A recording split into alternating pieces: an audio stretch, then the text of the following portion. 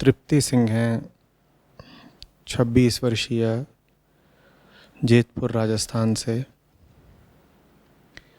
कह रही हैं कि पिछले दिनों आपने कहा कि एक हाथी की जान और एक मुर्गे की जान एक बराबर है, तो फिर एक मुर्गे और एक बैक्टीरिया की जान भी तो बराबर होनी चाहिए ना। सांस लेते वक्त हम न जाने कितने बैक्टीरिया मार डालते हैं। अन्न उगाने की प्रक्रिया में, खेतीबाड़ी में भी हम तमाम जीवाणुओं को मारते हैं, तो वो भी तो हिंसा हुई ना। तो फिर हमें क्या हक है मुर्गा और बकरा खाने वालों पर उंगली उठाने का। तृप्ति सिंह। तृप्ति, हिंसा क्या होती है?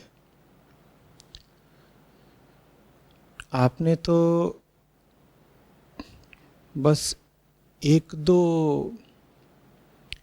मौक़ों का उल्लेख करा है जब एक इंसान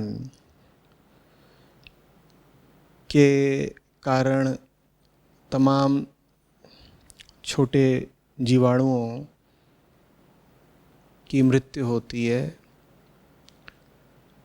और कई बहुत ज़्यादा सूक्ष्म और निरंतर घटने वाली घटनाएं भी हैं जहां हमारे होने के कारण ही न जाने कितने छोटे छोटे जीवाणु जीते मरते रहते हैं। उदाहरण के लिए, आपकी त्वचा पर लगातार जीवाणुओं का वास रहता है। आप कितनी भी साफ सफाई रख लें उसके बाद भी, चाहे हथेली हो, हाथ हो, सर हो, शरीर का कोई भी हिस्सा हो, उस पर लगातार कीटाणु, जीवाणु, माइक्रो ऑर्गेनिजम्स मौजूद रहते ही हैं। वो वहीं जन्मते भी हैं, वहीं मरते भी हैं। आप अगर ताली भी बजा रहे हो तो उनकी जान जा रही है। इसी तरीके से आपके मुंह में जो लार है उसमें भी तमाम छोटे छोटे जीवाणु बसते हैं। तो आप अगर बोल भी रहे हो तो उनकी जान जा रही है। आप बिस्तर पर करवट बदल रहे हो तो भी उनकी जान जा रही है। आगे सुनिएगा, हम जिसको इंसान कहते हैं वो वास्तव में एक जीव नहीं होता है। इंसान का होना अनिवार्यतः लाखों करोड़ों अन्य छोटे छोटे जीवों के साथ होता है जो उसके शरीर के भीतर वास करते हैं। उनके होने का हमारे होने के साथ बिल्कुल अविच्छिन्न संबंध है।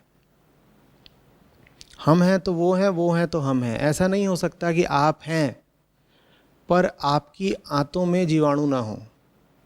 अगर आपकी आंतों में जीवाणु नहीं होंगे तो फिर आप भी नहीं होंगे, आप खत्म हो जाएंगे। और जब मैं कह रहा हूँ जीवाणु, तो मैं पेट के कीड़ों की बात नहीं कर रहा हूँ। मैं उन बैक्टीरिया इत्यादि की बात कर रहा हूँ जो पेट में होते ही होते हैं और एक स्वस्थ आदमी के शरीर के भीतर भी पाए जाते हैं। वास्तव में अगर वो ना हो तो आप स्वस्थ नहीं रह पाएंगे। वो जीवाणु पाचन क्रिया से लेकर शरीर की अन्य कई क्रियाओं में सहयोगी होते हैं। तो आप जब खाना भी खाते हो तो शरीर के भीतर उनमें से न जाने कितने होते होंगे जो मर जाते होंगे। हाँ, ये अलग बात है कि वो शरीर के भीतर ही जन्म भी लेते रहते हैं। लेकिन आपने भोजन किया तो बहुत संभव है उनमें से बहुतों की मृत्यु भी हो जाती होगी।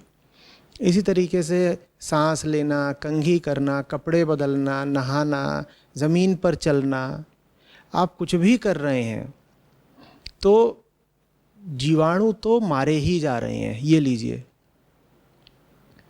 आप तो बस यही पूछ रहे थे ना कि आदमी अगर फल खाता है या अन्न खाता है या उगाता है तो उसमें जीवाणु मारे जाते हैं, तो ये हिंसा हुई। अगर आपको हिंसा को इस तल पर परिभाषित करना है तो फिर तो आदमी का होना ही हिंसा है। आपका पलक झपकना भी हिंसा है। आप पलक झपकिए, न जाने कितने जीवाणु मारे गए। तो हिंसा की ये परिभाषा तो बड़ी विचित्र हो गई, अटपटी हो गई, अव्यावहारिक हो गई, निश्चित रूप से अनुचित हो गई। हिंसा इस कृत्य में नहीं हो सकती कि एक जीव के होने से दूसरे जीव की मृत्यु हुई, या एक जीव के कृत्य से दूसरे जीव की मृत्यु हुई। ये हिंसा की परिभाषा नहीं हो सकती। बात समझ रहे हैं मैं क्या कह रहा हूँ? एक जीव की हस्ती के कारण, एक जीव के होने, उसके अस्तित्व के कारण ही दूसरा जीव अगर मर रहा है तो ये हिंसा नहीं हो सकती। हिंसा फिर कुछ और होगा। आप देखिए, जंगल में शेर होता है, उसे आप कभी हिंसक बोलते हो क्या? और अगर आप हिंसक बोलते हो तो आपकी नादानी है, क्योंकि शेर के सामने कोई विकल्प नहीं है हिरण को या अन्य जीवों को न मारने का। वो प्राकृतिक रूप से संस्कारित है मांस ही खाने के लिए, पहली बात। और दूसरी बात, इतनी चेतना उसके पास है नहीं कि प्रकृति ने उसको जो संस्कार दिए हैं वो उन संस्कारों का उल्लंघन कर सके। इन दोनों बातों को साफ साफ समझिएगा। शेर जो है जंगल में, पहली बात, वो प्राकृतिक रूप से संस्कारित है मांस ही खाने के लिए। उसके दांत देखो, उसके शरीर की बनावट देखो। वो जब अपना जबड़ा बंद करता है तो उसके जबड़े की और मसूड़ों की मांसपेशियों में इतनी ताकत होती है कि वो जिस चीज़ को दबा रहा होता है, जिस चीज़ को अपने जबड़े में भींच रहा होता है, उस पर ज़बरदस्त दबाव पड़ता है और वो चीज़ बिल्कुल टूट कर बिखर जाती है। उसके जबड़ों की बनावट ऐसी है। निश्चित रूप से जबड़े की ऐसी बनावट फल चबाने के लिए तो चाहिए नहीं। अगर आपको फल ही चबाना हो तो आपके जबड़ों की कितनी मजबूती चाहिए? बहुत ज़्यादा नहीं चाहिए। फल तो यूं ही कट जाता है। पर आप शेर का या चीते का या बाघ का जबड़ा देखो तो वहाँ मामला कुछ और नज़र आता है। इसी तरीके से उसके पंजे देखो, उसके दांत देखो और उसकी आंतें देखो, उसकी पूरी पाचन व्यवस्था देखो। उसकी पूरी पाचन व्यवस्था ऐसी है कि उसमें बहुत उच्च तीव्रता के, बहुत उच्च शक्ति के रस उत्सर्जित होते हैं ताकि वो मांस को पचा सके। मांस ही नहीं, ताकि उसके पेट में जाकर हड्डी के छोटे छोटे टुकड़े तक गल जाएं। तो प्रकृति ने ही उसको ऐसा बनाया है। उसके पास कोई विकल्प नहीं है। तुम उसे फल खिलाओगे, घास खिलाओगे, वो खा ही नहीं पाएगा। वो कितना भी भूखा होगा वो खा ही नहीं सकता। उसको अंततः भूख के कारण जान देनी पड़ेगी, पर वो फल, सब्जी या घास नहीं खा पाएगा। तो उसके साथ एक अनिवार्यता या मजबूरी ये है कि उसकी प्राकृतिक संरचना ही मांस खाने के लिए हुई है। और दूसरी बात, उसको इतनी चेतना उपलब्ध ही नहीं है कि वो विचार कर सके कि मांस खाने का क्या मतलब है, हिंसा का क्या मतलब है, हत्या का क्या मतलब है। इतनी चेतना, विचार की इतनी शक्ति शेर, चीते, बाघ, तेंदुए के पास है ही नहीं। मगरमच्छ क्या सोच सकता है कि मैं कौन हूँ, ये मछलियाँ कौन हैं, मेरा समस्त प्रकृति से नाता क्या है, मेरी असली पहचान क्या, हत्या करनी चाहिए नहीं करनी चाहिए। विचार के लिए, ध्यान के लिए जो चेतना चाहिए वो इन पशुओं को उपलब्ध नहीं है। इसीलिए हम कभी नहीं कहते, अगर हम शब्दों का सही इस्तेमाल करें, अगर हम शब्दों का आध्यात्मिक अर्थों में सटीक प्रयोग करें, तो हम कभी नहीं कहते कि शेर हिंसा कर रहा है। तुमने कभी कहते सुना है किसी को कि ये बाघ बड़ा पापी है, उम्र भर इसने सिर्फ खून बहाया है, इसे सब जानवरों की बद्दुआ लगेगी, ये नर्क में सड़ेगा? ऐसा कभी कहीं लिखा है, पढ़ा है, सुना है? बोलो, क्यों नहीं? क्योंकि हिंसा सिर्फ मारने से नहीं होती है। हिंसा मारने में नहीं है। हिंसा सिर्फ तब है जब आपकी चेतना के पास विकल्प हो करुणा का, और आप उस विकल्प का इस्तेमाल न करके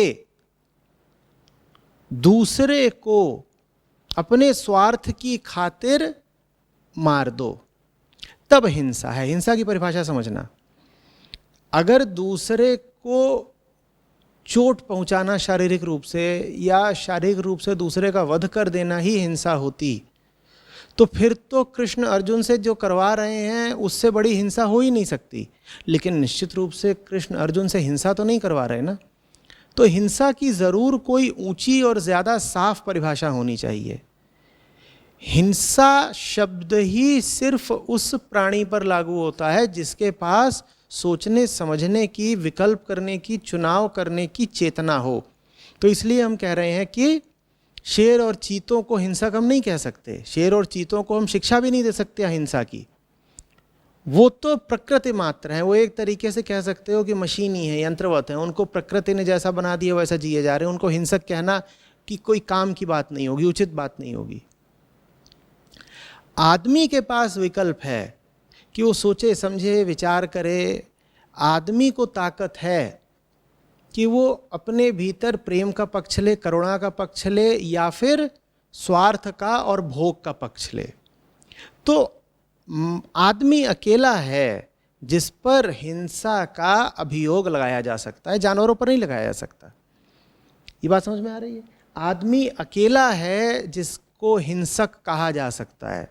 हम अक्सर कह देते हैं एक हिंसक शेर, या अजगर को हिंसक बोल दिया, किसी भी चीज़ को हिंसक बोल दिया। लेकिन अगर हम ऐसे कहते हैं तो हम गलत कह रहे हैं। वो हिंसक नहीं है, वो तो बस वैसे हैं जैसा उनको प्रकृति ने बना दिया है। आदमी ही है सिर्फ पूरी प्रकृति में जो हिंसक भी हो सकता है और अहिंसक भी हो सकता है।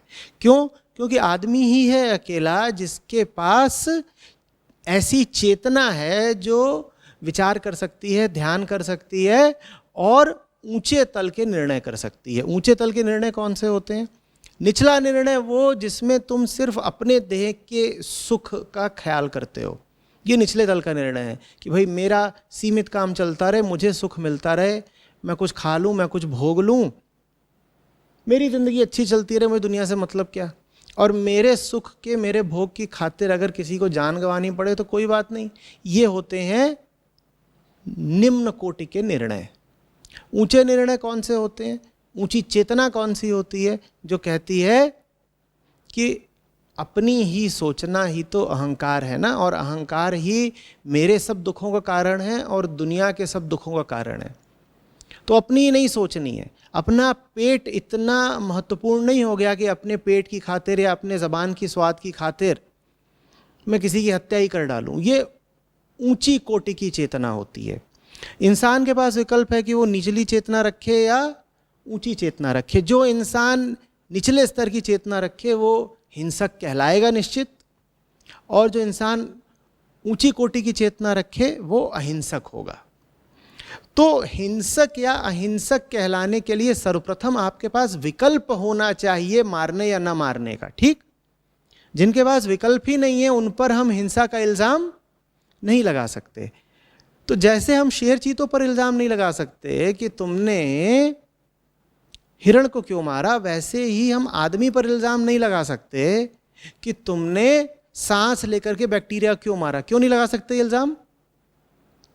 क्योंकि आपके पास विकल्प ही नहीं है।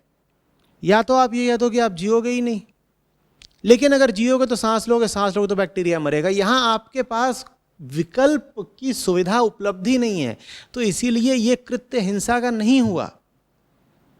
समझ में आ रही है बात? हालांकि मैं निश्चित रूप से स्वीकार कर रहा हूं कि तुम सांस लेते हो या फल भी खाते हो तो उसमें भी छोटे छोटे जीवाणु मरते जरूर होंगे, लेकिन फिर भी इसको हिंसा नहीं कहा जा सकता। लेकिन अगर आप बकरे या मुर्गे को मारते हो तो उसको हिंसा निश्चित रूप से कहा जाएगा। क्यों? क्योंकि वहां आपके पास क्या उपलब्ध था? विकल्प था। आप चाहते तो न मारते, आपका काम चल जाता। आपको और कई तरीके के शाक पत्ते तरकारी भाजी उपलब्ध थे, आप अपना काम चला सकते थे, लेकिन आपने जानते बूझते गलत निर्णय करके एक जीव की हत्या करी। इसीलिए ये हिंसा है। बात समझ में आ रही है? अच्छा, तो क्या इसका ये मतलब है कि जब भी कभी जानते बूझते किसी की हत्या की जाए तो वो हिंसा ही है? नहीं, अभी भी ऐसा नहीं है। समझो, महाभारत पर फिर लौटते हैं। कृष्ण अर्जुन से जानते बूझते ही तो हत्या करवा रहे हैं, तो भी वो हिंसा नहीं है। माने दूसरे की हत्या अगर ऐसे कारण की वजह से करनी पड़े जो पूर्णतया आध्यात्मिक है, तो वो हिंसा नहीं कहलाएगी। बात समझ में आ रही है? अब एक दो उदाहरण समझ लो। जैसे कानून भी होता है देश का, वो कहता है अगर आपने प्रतिरक्षा में किसी पर गोली चला दी और वो मर गया तो आप दंड के भागी नहीं होगे। कोई आपको मारने चला आ रहा था और सिर्फ अपनी रक्षा के लिए आपने उस पर गोली चला दी तो आप दंड के भागी नहीं होगे, क्योंकि आपके पास अब कोई विकल्प ही नहीं था और देह को बचाने का अधिकार है आपके पास। तो दूसरे की हत्या करना भी हमेशा हिंसा नहीं होता। दूसरे की हत्या करना और दूसरे की हत्या करना अपने सीमित स्वार्थ के लिए तब जबकि प्रेम और करुणा का रास्ता खुला हुआ था, वो कहलाता है हिंसा। बात समझ में आ रही है? इसी तरीके से आप किसी बहुत ऊंची चीज की रक्षा कर रहे हो, सीमा पर एक सैनिक, एक प्रहरी है, वो देश के उच्चतम आदर्शों की रक्षा कर रहा है, कल्पना करो, और उन उच्चतम आदर्शों की रक्षा के लिए अगर उसको वध करना पड़ता है युद्ध में, तो ये भी हिंसा नहीं कहलाएगी। हाँ, दो लोग इसलिए लड़ रहे हैं कि उन्हें एक दूसरे से पैसा चाहिए, या दो लोग इसलिए लड़ गए कि उन्हें एक दूसरे से ईर्ष्या थी या किसी किस्म की क्षुद्र दुश्मनी थी, और दो लोग ऐसे लड़ गए और लड़ाई में मर गए, तो ये ज़रूर हिंसा कहलाएगी, क्योंकि इसमें कोई उच्चतर आदर्श शामिल ही नहीं था। बात समझ में आ रही है? तो हिंसा क्या है ये समझे बिना यूं ही नहीं कह देना चाहिए कि हम अगर चल भी रहे हैं तो भी छोटे छोटे जीव मर रहे हैं तो ये हिंसा हो गई ना, और अगर हमारे चलने से छोटे जीव मरते हैं तो फिर मुर्गा और बकरा खाने में क्या बुराई है। तुम अगर ये तर्क दोगे कि जीव के मरने से मुर्गा और बकरा खाना जायज़ हो गया, तो मैं कहूँगा इसी बात को आगे बढ़ाओ ना। जैसे मुर्गा और बकरा जीव है, इंसान भी जीव है, तो फिर हम कहेंगे कि हम सांस लेते हैं उसमें बैक्टीरिया मरते हैं, तो अगर हम बैक्टीरिया को मार ही रहे हैं और ये बात जायज़ है, तो फिर आदमी को मार के भी खा लो, वो बात भी जायज़ होनी चाहिए। तो इसीलिए बेतुकी बातें और कुतर्क नहीं देने चाहिए। हिंसा का बहुत सटीक अर्थ होता है, हिंसा की बहुत साफ परिभाषा होती है। शेर किसी को मारे वो हिंसा नहीं है, तुम सांस लो कोई जीवाणु मर गया वो हिंसा नहीं है, तुम पर किसी ने आक्रमण कर दिया है और तुमने अपने आप को बचाने के लिए उसको मार दिया क्योंकि तुम्हारे पास बिल्कुल और कोई विकल्प नहीं बचा था। पहली कोशिश तुमने यही करी, उसको समझाओ या उससे दूर हट जाओ, लेकिन वो चढ़ा ही आ रहा है, वो कह रहा है नहीं तुझे मार के ही दम लूंगा, और फिर तुम्हें सिर्फ अपने आप को बचाने के लिए सारे विकल्प खत्म हो जाने के बाद उसको मारना पड़ा, तो वो भी हिंसा नहीं है। बात समझ में आ रही है? कोई बहुत खतरनाक जानवर तुम पर आक्रमण कर रहा है, कुछ भी हो सकता है, छोटा जानवर भी हो सकता है जो तुमको हानि पहुंचाने के लिए तुम पर आक्रमण कर रहा है, और तुमने पूरी कोशिश कर ली कि मैं इससे दूर हट जाऊं, ये मुझे नुकसान न पहुंचाए, लेकिन उसके बाद भी वो मान ही नहीं रहा, वो चढ़ा आ रहा है तुम्हारे ऊपर। उसकी नीयत ही यही है कि वो तुम्हें हानि पहुंचाए, और फिर सिर्फ अपनी रक्षा के लिए तुम्हें उसे मारना पड़ा, तो ये भी हिंसा नहीं है। लेकिन पहले तुमने कोशिश पूरी कर ली कि इसे मारना ना पड़े किसी तरीके से, या पीछे हट जाए या मैं दूर हट जाऊं, लेकिन तुम्हारे सारे विकल्प खत्म हो गए, फिर मात्र आत्मरक्षा के लिए तुम्हें उसको मारना पड़ा, तो ये भी हिंसा नहीं है। हिंसा सिर्फ कब है? हिंसा सिर्फ तब है जब तुम्हारे पास दूसरे को बचाने का व्यवहारिक विकल्प उपलब्ध था, लेकिन फिर भी तुमने अपने क्षुद्र स्वार्थ की खातिर उसे कष्ट पहुंचाया या उसे मार दिया, तब हिंसा है। विकल्प होना चाहिए ना। अगर विकल्प ही नहीं है दूसरे को बचाने का, तो फिर तुम पर इल्जाम कैसे लगाया जा सकता है कि तुमने कुछ गलत किया? भाई, जब आप किसी पे आरोप लगाते हो तूने कुछ गलत किया, तो उसमें यह बात निहित होती है ना कि सही करने का विकल्प तेरे पास था, लेकिन तूने उस विकल्प का इस्तेमाल नहीं किया, तभी तो इल्जाम लगा सकते हो ना। अगर किसी के पास जो हो रहा है उसके अलावा कुछ और करने की सुविधा या आज़ादी या विकल्प ही ना हो, तो उस पर कोई इल्ज़ाम लगाना बड़ी बेतुकी बात होगी ना। इसी तरीके से अगर आपको जिंदा रहना है तो सिर्फ जिंदा रहने के लिए ही आप कुछ तो खाओगे, और निश्चित सी बात से आप जो कुछ भी खा रहे हो, आप चाहे केला खाओ, आम खाओ, सब्जी भाजी खाओ, उसमें भी कहीं ना कोई छोटा मोटा जीवाणु मर रहा है, लेकिन उसको नहीं हिंसा कहेंगे। नहीं उसकी तुलना बकरा मुर्गा खाने से करी जा सकती है। हालांकि ये सच है कि मृत्यु वहां भी हो रही है, पर वो जो मृत्यु हो रही है वो बचाई नहीं जा सकती थी। वो एक तरीके से अनिवार्यता है आपके अस्तित्वमान रहने की। फिर अगर आपको वो मृत्यु बचानी है तो एक ही विकल्प है, आप शरीर त्याग कर दो, क्योंकि वो जो जीव मर रहा है वो तो मर ही इसीलिए रहा है क्योंकि आपके पास शरीर है। फिर अगर आप वो मृत्यु बचाना चाहते हो तो आपको शरीर त्याग करना पड़ेगा। और भारत में ऐसे भी करुण लोग हुए हैं जिन्होंने ये मार्ग भी अपनाया है। अगर तुम जैन दर्शन को देखो तो जो बात मैंने अभी कही, जैन दर्शन इसके काफी निकट आ जाता है। वो कहता है दूसरे को बचाना है, और दूसरे को बचाने के लिए अगर अपने शरीर को बड़े से बड़ा कष्ट भी देना पड़े तो तुम जरूर दो। और ये बात बहुत ऊंची है, बहुत सुंदर है, लेकिन ये बात भी कहीं ना कहीं जाकर के रुक जाती है। अंततः बड़े से बड़ा जैन मुनि भी जब सांस लेता है या जमीन पर चलता है तो अपनी पूरी कोशिश और अपनी पूरी करुणा और अपनी पूरी अहिंसा के बाद भी कुछ तो छोटे मोटे जीव होते हैं जो उसके माध्यम से भी मरते हैं। तो अगर आपको शून्य हिंसा ही करनी, अगर आपको कहना है कि नहीं मेरे माध्यम से शून्य ही जीवाणु मरने चाहिए, तो फिर तो एक ही विकल्प है, शरीर त्याग दो। वो बात चलेगी नहीं। इसीलिए हिंसा की सही परिभाषा जाननी जरूरी है। दोहराइए, हिंसा क्या? हिंसा तब है जब किसी को बचाने का विकल्प है, लेकिन आपने अपने संकीर्ण स्वार्थ के चलते उसको बचाया नहीं, आपने उसको कष्ट दिया या आपने उसको मार दिया, तब हिंसा है। बचाने का विकल्प ही ना हो तो हिंसा नहीं है। ये बात समझ में आ रही है आपको? इसीलिए इतिहास में शुरू से लेके आज तक किसी ने नहीं कहा कि अगर आप पेड़ की पत्ती खा रहे हो या अन्न खा रहे हो तो ये हिंसा है, क्योंकि इतनी समझदारी सब में थी कि भाई अगर अपना शरीर चलाए रखना है तो कुछ तो खाना पड़ेगा ना, तो वो खाओ जिसको खाने में कम से कम चेतना का ह्रास होता हो। तो पेड़ की पत्ती खा लो, अन्न खा लो, शाक खा लो, फल खा लो। इनमें भी ऐसा जरूर होता है कि आप अगर गेहूं उगाते हो, चावल उगाते हो, तो फिर उसमें जो उसका पौधा है वो कटता है, तो है वो भी एक तरह की हिंसा ही।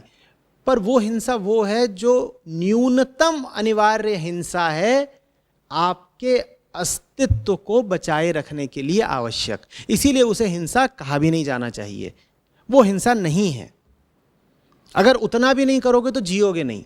लेकिन अगर आप कहोगे कि साहब मैं बकरा नहीं खाऊंगा तो जीऊंगा नहीं, तो आप झूठ बोल रहे हो और मक्कार हो। बकरा आप जीने के लिए नहीं खाते, मुर्गा तो निश्चित रूप से आप जीने के लिए नहीं खाते। हाँ, मुर्गा कई बार आप पीने के लिए जरूर खाते हो। जब बोतल खुलती है तो उसके साथ मुर्गा अनिवार्य हो जाता है। तो कोई कहे कि नहीं मुर्गा नहीं खाएंगे तो जिएंगे कैसे, तो झूठी बात है। अब यहाँ पे कुतर्की खड़े हो जाएंगे, कहेंगे साहब उनका क्या, जो साइबेरिया में रहते हैं, वो साइबेरिया वाला आए सामने और बात करे तो मैं उसको जवाब दे दूंगा। अभी जो सवाल करा है वो किसी खालिस हिंदुस्तानी ने करा है, तो आप अपनी बात करिए, आपका साइबेरिया से क्या नाता।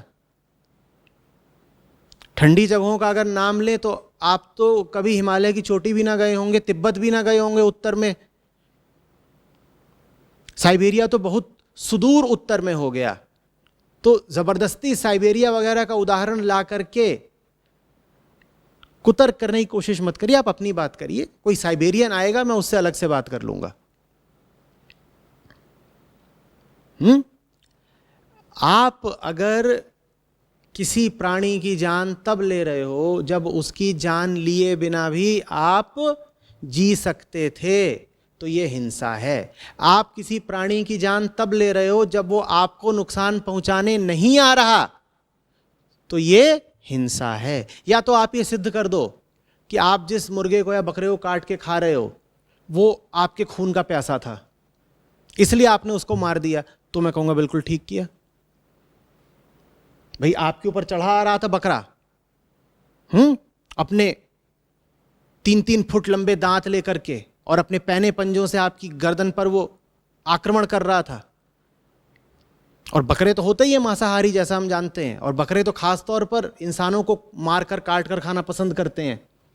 तो बकरे ने आप पर इतना ज़बरदस्त आक्रमण किया, तो अपनी आत्मरक्षा में आपने बकरे को मार दिया, चलिए कोई बात नहीं, ये हिंसा नहीं हुई। या तो आप ये साबित कर दीजिए कि ऐसा है। तुम अपनी जबान के स्वाद की खातिर अरबों पशुओं को रोज मारते हो और उसके बाद इस तरीके के छिछोरे कुतर्क करते हो कि बकरे को मारा तो क्या हो गया। हम जब मुंह धोते हैं तो मुंह धोने में भी तो कई जानवर मर जाते हैं। जब हम माउथ वॉश का इस्तेमाल करते हैं तो वो भी तो कई बैक्टीरिया को मार देता है। उसमें तो लिखा ही होता है कि 99% जर्म से आपको मुक्ति दिला देगा। कोई पूछने आया था कि ये कोरोना के खिलाफ जो वैक्सीन बन रही है, अभी तो हिंसा हुई ना, क्या कोरोना को जीने का हक नहीं है? इस तरह के कुतर्की। और वो ये बात क्यों बोल रहा है कि कोरोना को जीने का हक नहीं है? क्योंकि उसको मटन बिरयानी बहुत पसंद है। तो किसी भी हाल में इस बात को जायज़ ठहराना चाहता है कि साहब मटन बिरयानी तो मैं खाऊंगा ही खाऊंगा। और मटन को जायज़ ठहराने के लिए, मुर्गे के खून को, बकरे के कत्ल को जायज़ ठहराने के लिए वो कह रहा है कि कोरोना को भी तो जीने का हक है ना। अरे भैया, कोरोना अगर जाकर के कहीं जंगल में जिए तो उसे पूरा हक है जीने का। कौन कह रहा है कि उसे नहीं जीना चाहिए? और अगर कोरोना जंगल में होता तो कौन उसके खिलाफ वैक्सीन ईजाद करने जाता? लेकिन कोरोना अगर आपके ऊपर चढ़ा आ रहा है और आपके प्राण ले रहा है, तो फिर उसको मारना हिंसा नहीं कहलाएगा, क्योंकि वो आपके ऊपर चढ़ा आ रहा है। आपने उसका कुछ नहीं बिगाड़ा, लेकिन वो आपका बिगाड़ना चाहता है। अब आप अपनी आत्मरक्षा में उसको मार रहे हो, तो ये हिंसा नहीं कहलाएगी। लेकिन कुतर्कियों की कोई कमी नहीं है। वो आएंगे, कहेंगे देखिए आप अगर फल खाते हो तो वो भी हिंसा है, क्या पेड़ पौधों में जान नहीं होती? और जहां वो कहेंगे पेड़ पौधों में जान नहीं होती, उसके बाद वो तुरंत जाएंगे और एक भैंसा मार के खा जाएंगे। कहेंगे देखो तुम सेब खा रहे हो, हम भैंसा खा रहे हैं, बिल्कुल एक ही तो बात है। अगर सेब बराबर भैंसा तो फिर भैंसा बराबर इंसान, तो फिर तो इंसान को मार के खाना भी जायज हुआ ना। इंसान को मार के क्यों नहीं खाते? तो ये सब बातें मत करिए। जहां मारने की जरूरत नहीं वहां मत मारिए। बात बहुत सीधी साधी है। दूसरे की जान लिए बिना, दूसरे को दुख पहुंचाए बिना अगर आप जी सकते हो तो जियो। सीधी सच्ची बात है। इसी का नाम अहिंसा है।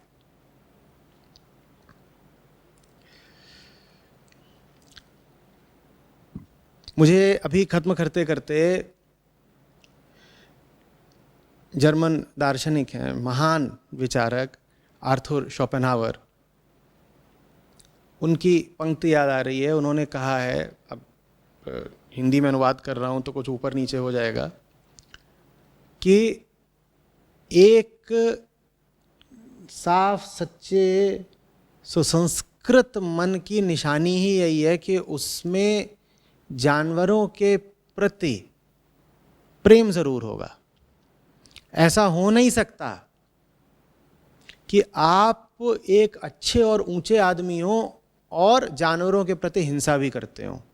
दूसरे शब्दों में ये हो ही नहीं सकता कि जानवरों के प्रति हिंसा करने वाला कोई आदमी अच्छा और ऊंचा हो, नहीं हो सकता ऐसा। तो थोड़ा विचार करिएगा, जिन्होंने जाना है, जिन्होंने समझा है, आदिकाल से आज तक मनीषी, चिंतक, विचारक सब अगर एक ही बात बोल गए हैं तो उनकी बात में कुछ तो दम होगा ना। एक तरफ उनकी बातें हैं, दूसरी तरफ आपके ये नए नए अनूठे तर्क कि अगर हम कंघी करते हैं तो उसमें भी तो जुएं मर जाते हैं, तो फिर ये भी तो हिंसा है। तो इन तर्कों को सामने लाने से पहले थोड़ा विचार किया करिए और अपने आप से पूछा करिए कि मांसाहार के पक्ष में आप जितने भी तर्क दे रहे हैं वो तर्क उठ कहाँ से रहे हैं। वो तर्क वास्तव में आपके भीतर की कठोरता, निर्दयता, करुणाहीनता और स्वाद लोलुपता से उठ रहे हैं। बस जबान के स्वाद का खेल है और कुछ नहीं। थोड़ा समझिए।